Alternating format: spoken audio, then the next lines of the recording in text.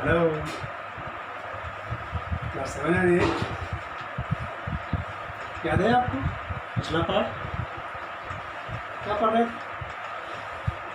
ये देख के नहीं बोलिए, एक्सपोनेंट पढ़ रहे थे। पार्ट 2 तक पढ़ लिए। एक्सपोनेंट मतलब कोई भी नंबर्स का पावर मल्टीप्लिकेशन में, डिवीज़न में लिखा हुआ है उसको एक्सप्रेस करना। आज उसी एक्सपोनेंट में हम लोग का टर्म हमारा है, आज का हमारा topic scientific notation.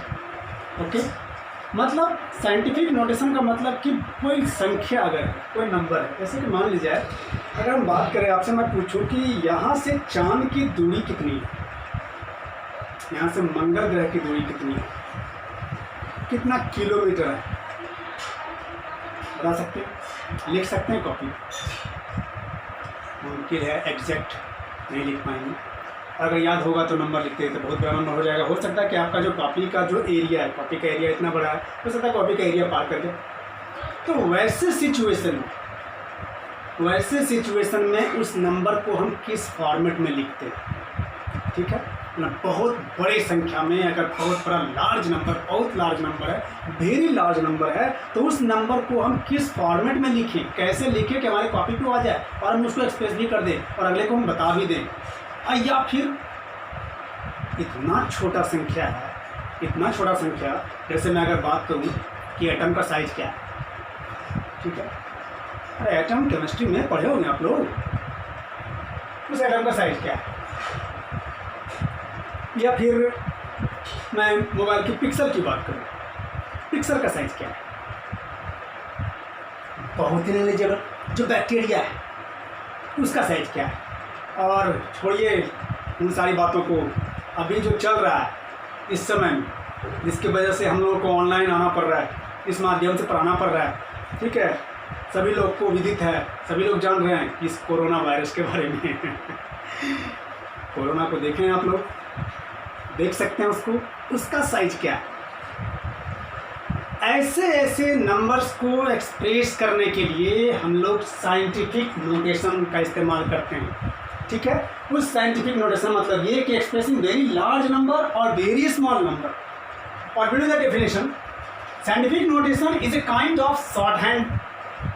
Short hand जानते हैं, जैसे लोग बोलते रहते हैं, न्यूज़ रिपोर्टर लोग वगैरह जो आते हैं, तो टाइपराइटर जो होता है फटाफट फटाफट जल्दी क्या करता है, वो अगला बोल रहा है तब तक वो लिखा भी गया। उसी प्रकार से scientific notation is a kind of shorthand that can be used to write very large or small numbers. Scientific notation वही है कि एक ऐसा प्रकार का शॉर्ट हैंड है जो कि बहुत ही बड़े संख्या को या बहुत ही छोटे संख्या को लिखने में इस्तेमाल किया जाता है। And it's standard format will be in the form of k into 10 to the power n. That one, इसको देखिए, k into 10 to the power n। अब k क्या है, n क्या है? तो k एक होल नंबर होगा। k will be a whole number that lie from 0 to 9। k हमेशा 0 से ग्रेटर होगा और 10 से छोटा होगा, मतलब ओनली 1 डिजिट का। ओके, k जो होगा, k का जो वैल्यू होगा वो सिर्फ और सिर्फ हम यहाँ पे कर देते हैं, k मैं लिखता हूँ k, या इसको इक्वल भी कर सकते हैं 0 एंड लेस देन 10।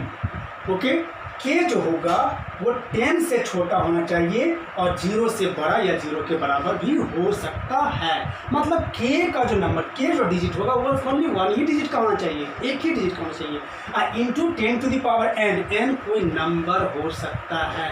जैसे मैं एक एग्जांपल के तौर पे यहाँ पे देखिए, मैंने लिखा है कि अगर इतना बड़ा संख्या है 5980000, ठीक है, तो उसको कैसे व्यक्त किया गया है, तो 5 और उसका देखिए यहाँ पे पॉइंट लग गया है, ये पॉइंट है यहाँ पे लगा हुआ, इसका मतलब ये जो डिजिट है यही है आपका k, ठीक है, ओनली 5।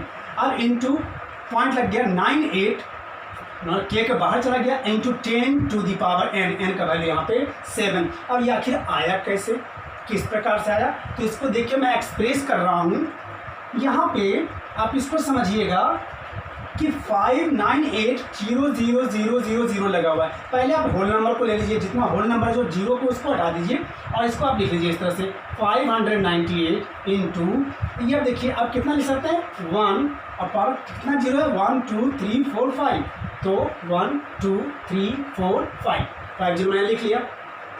अब इस प्रकार से तो हो गया। इसका मतलब ये कि 598 इंटू 10 पे कितना पावर है ये, इसको देखिए पावर तो आपको सिखाया जा चुका है एक्सपोनेंट में, तो 1 2 3 4 5 जीरो है, इसका मतलब 10 का पावर 5 है ये।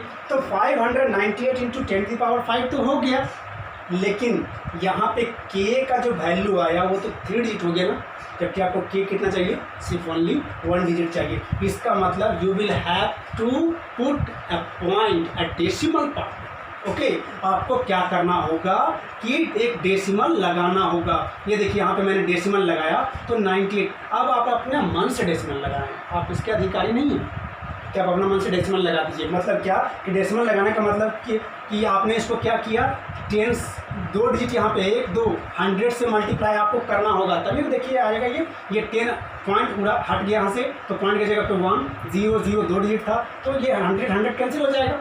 100 जब कैंसिल हो गया तो 598 हो गया नहीं, दैट्स वाई। मतलब ये कि पॉइंट लगाने के लिए हमको क्या करना पड़ा था, 100 से डिवाइड करना पड़ा था। और जब 100 से डिवाइड करना पड़ा तो किसी भी संख्या में अगर हम कोई संख्या डिवाइड करते तो हमें मल्टीप्लाई भी करना होता है रूल के मुताबिक। तो जब हमने डिवाइड किया तो हमें मल्टीप्लाई भी करना पड़ा, इसलिए मैंने यहाँ पे क्या किया कि 5 के बाद एक पॉइंट लगाया 98, तो 2 डिजिट था, इसका मतलब हमको अलग से डिवाइड करना पड़ा इसको। ठीक है, इसको हमने मल्टीप्लाई कर लिया। अब मल्टीप्लाई कर लिया उसके बाद का नंबर कितना है 10 की पावर 5। अब देखिए ये क्या बन गया आपका 5.98 इंटू, अब 10 देखिए यहाँ पे 10 यहाँ पे 10, बेस समान हो गया ना, पावर क्या हो जाएगा, ऐड हो जाएगा ना, तो अब लिख सकते हैं 10 टू द पावर 5 + 2 7। और ये देखिए यहाँ पे लिखा हुआ था ना that one 5.98 इंटू 10 की पावर 7। इस प्रकार से इतना बड़ा संख्या था उसको हम इस फॉर्मेट में लिख दिए। अब जैसे अगर पहले से ही दिया हुआ रहे कि ठीक है साइंटिफिक नोटेशन लिखा हुआ है ना, अब साइंटिफिक नोटेशन लिखा हुआ है उसको जनरल फॉर्म स्टैंडर्ड फॉर्मेट में लिखिए। तो मतलब ये कि 5.6 इंटू 10 की पावर 9 है, तो इसका वैल्यू देखिए यहाँ पे इतना लिखा हुआ है, कैसे आया उसको समझ लीजिए, एकदम तुरंत ईजी वे गोइंग क्लियर है। यहाँ पे देखिए क्या लिखा हुआ 5.6, चलिए 5.6 इंटू 10 टू द पावर 9 है ना। तो चलिए आप क्या करेंगे, पहले पॉइंट को हटाएंगे, चूँकि स्टैंडर्ड फॉर्मेट में लाना है तो पॉइंट को हटाने के लिए क्या किया आपने, ये पॉइंट जब हटा तो 10 से डिवाइड हुआ हो, अब 10 से जब डिवाइड हुआ तो अब इंटू 10 टू द पावर 9 है, ये 9 हो गया। इसका मतलब 56 इंटू ये 10 है, 10 का पावर 1 है, जब ऊपर जाएगा तो क्या हो जाएगा -1 आ जाएगा ना मल्टीप्लाई में। मैंने आपको पिछले पार्ट में सिखाया था जब ऊपर जाएगा ये तो इसका रिवर्स हो जाएगा, रिऑर्डर हो जाएगा, ये नेगेटिव बन गया तो 10 का पावर ये -1 ऊपर चला गया। अब उसके बाद ये बचा हुआ है 10 टू द पावर 9, तो 10 टू द पावर 9 हो गया। अब दिस इक्वल्स टू 5 6 और इंटू 10 टू द पावर, अब देखिए ये बेस 10, ये भी बेस 10, ये -1 ये 9, तो दोनों ऐड होकर क्या बन जाएगा 8 बन जाएगा, 8 बन गया। ठीक है, अब दिस इक्वल्स टू 56 10 पे पावर 100 है, सॉरी 8 है, तो इसका मतलब इस पे 8 जीरो बैठाना, 1 2 3 4 5 6 7 8, ये 0 मैंने इंटरनेशनल फॉर्मेट में इसको लिख लिया। ठीक है, तो ये देखिए नंबर वही यहाँ पे है ना लिखा हुआ। तो इस तरह से अगर स्टैंडर्ड फॉर्मेट में है, साइंटिफिक फॉर्मेट में है, तो इसको हम स्टैंडर्ड फॉर्मेट में लिख सकते हैं, एकदम सिंपल वे। अब देखिए मैं आपको एक तरीका बता रहा हूँ क्या करना है, शॉर्ट मेथड में ये कि आपको नंबर ये दिया हुआ है, ठीक है, और आपको साइंटिफिक मेथड में लिखना है।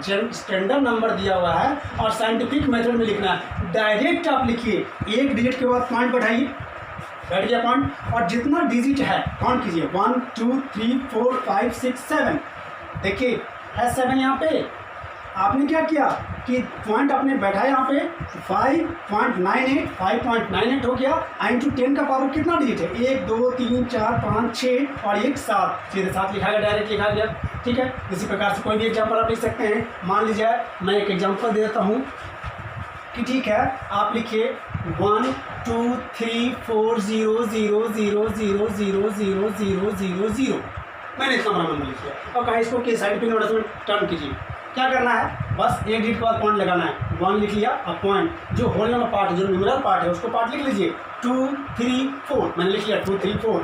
अब इनटू, अब बच गया नंबर 0 का टर्म बच गया, तो 10 पावर कितना होगा, चूंकि पॉइंट आपने यहाँ पे लगाया था, यहाँ पे लगाना पॉइंट आपने। अब इसके बाद काउंट कर लीजिए कितना डिजिट है, तो 1 2 3 4 5 6 7 8 9 10 11 12, सीधे लीजिए यहाँ पर 12 हो गया। ये 1.234 into 10 की power 12, that will your scientific notation. Okay, ये शॉर्ट मेथड हो गया। अब उसी प्रकार से स्टैंडर्ड फॉर्म में लिया हुआ है, तो बस यहाँ पॉइंट बैठाइए, इस तरह से पॉइंट बैठाने के बाद काउंट कर लीजिए कितना नंबर लिखा हुआ है, तो देखिए 5.6 यहाँ पे 5.6 हो गया। अब डिजिट काउंट हो गया 1 2 3 4 5 6 7 8 एंड ये 9 है ना, 10 की पावर 9 लिखा हुआ था, ये हो गया। अब देखिए ये तो लार्ज नंबर था हमारा, तब हम लोग इस तरह से कर लिए। अब बहुत ही स्मॉल नंबर है, ये 0.00000089। ओके, जब बहुत ही स्मॉल नंबर है उससे हमें साइंटिफिक टर्म में लिखना है। जरा सोचिए कि मैं इसको लिख रहा हूँ, यहाँ से अगर मैं पॉइंट को हटाऊँ, ठीक है, काउंट कीजिए 3 3 6, इट मीन्स 0.0003 हो गया, 4 5 6 है, उसके बाद 8 9 है लिखा हुआ। तो आप इस पॉइंट को अगर यहाँ से हटाओगे तो आपको डिवाइड करना होगा ना, 1, उसके बाद 1 2 3 4 5 6 7 8, 1 2 3 4 5 6 7 8 तो ये हो गया।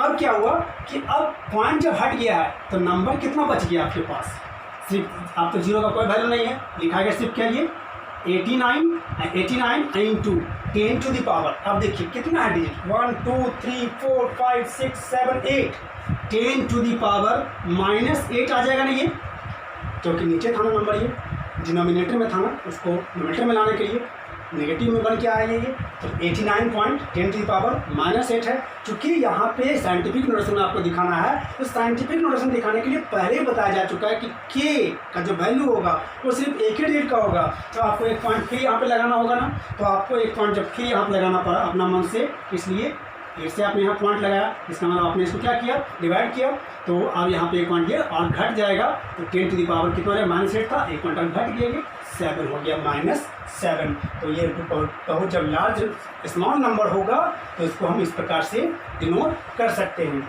इसमें देखिए शॉर्ट ट्रिक क्या है कि आपको जब वेरी स्मॉल नंबर रहे, जब स्मॉल नंबर रहे तो पॉइंट्स के राइट हैंड साइड चल जाइए, कितना डिजिट तक है वो, ठीक है। उसके बाद देखिए पॉइंट यहाँ पे था, यहाँ पे था पॉइंट यहाँ पे, अब इसके राइट हैंड साइड जाइए, 1 2 3 4 5 6 7, आपको इस पॉइंट को लाना था यहाँ पे ओनली 7 डिजिट पे लाना था, इस पॉइंट को आपको 7 डिजिट पे लेके आना है, मतलब यहाँ से राइट हैंड साइड आपको जाना है, यहाँ पे पॉइंट लाना है, तो आपने कितना डिजिट क्रॉस किया, 1 2 3 4 5 6 7 डिजिट आपने क्रॉस किया। देखिए 8.9 तो ये बन गया, 8.9 ये बन गया, और आपने 7 डिजिट को आगे क्रॉस किया, आगे आप ले गए हैं, तो उसको डिवाइड करना पड़ा आपको, दैट्स व्हाई 10 का पावर कितना हो गया, -7। तो इस प्रकार से वेरी स्मॉल नंबर जो होंगे उसे अगर रिप्रेजेंट करना है तो साइंटिफिक नोटेशन में ऐसे हम रिप्रेजेंट कर सकते हैं।